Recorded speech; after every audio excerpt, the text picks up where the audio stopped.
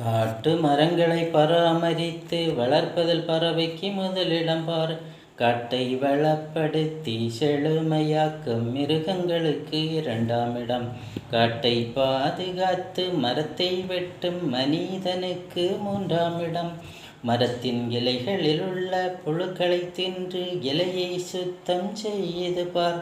மரப்பட்டையில் உள்ள புழுக்களை தின்று மரத்தை சுத்தம் செய்து பார். மரத்தில் இலைகள் இருப்பதால் தானே மரங்கள் எங்கும் வாழுது. மரத்தில் பட்டைகள் இருப்பதால் தானே மரங்கள் பலமாய் வளருது. மரத்தில் இலைகள் இருப்பதால் தானே மரங்கள் எங்கும் வாழுது. மரத்தில் பட்டைகள் இருப்பதால் தானே மரங்கள் பலமாய் வளருது. ஆகவே இங்கு மரங்களை வளர்ப்பதில் பறவைகளுக்கு முதலிடம் பார். காட்டு மரங்களை பராமரித்து வளர்ப்பதில் பறவைக்கு முதலிடம் பார்.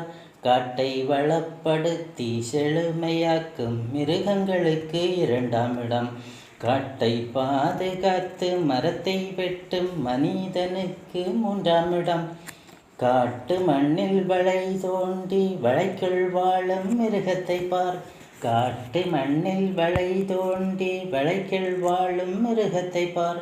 அவைகளுக்குள்ளே சண்டையிட்டு அவற்றை தின்று வாழுதுவார்.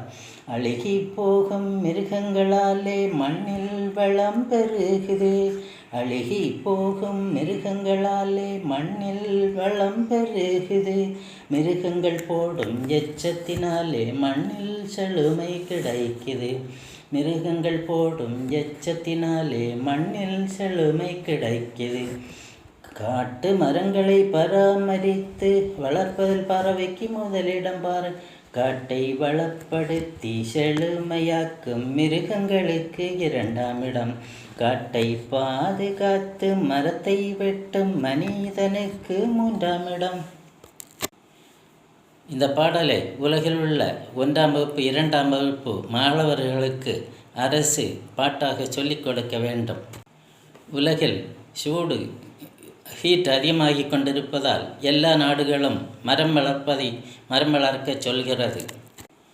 ஐநா சபை தலையிட்டு உலகில் 1 வருடத்திற்கு எந்த மரங்களையும் வெட்டாமல் இருக்க நடவடிக்கை எடுக்க வேண்டும். உலக நாடுகளுக்கு அறிவுறுத்த வேண்டும். இந்த பாடலை ஷேர் செய்யுங்கள். புதிதாக இருந்தால் லைக் செய்யுங்கள்.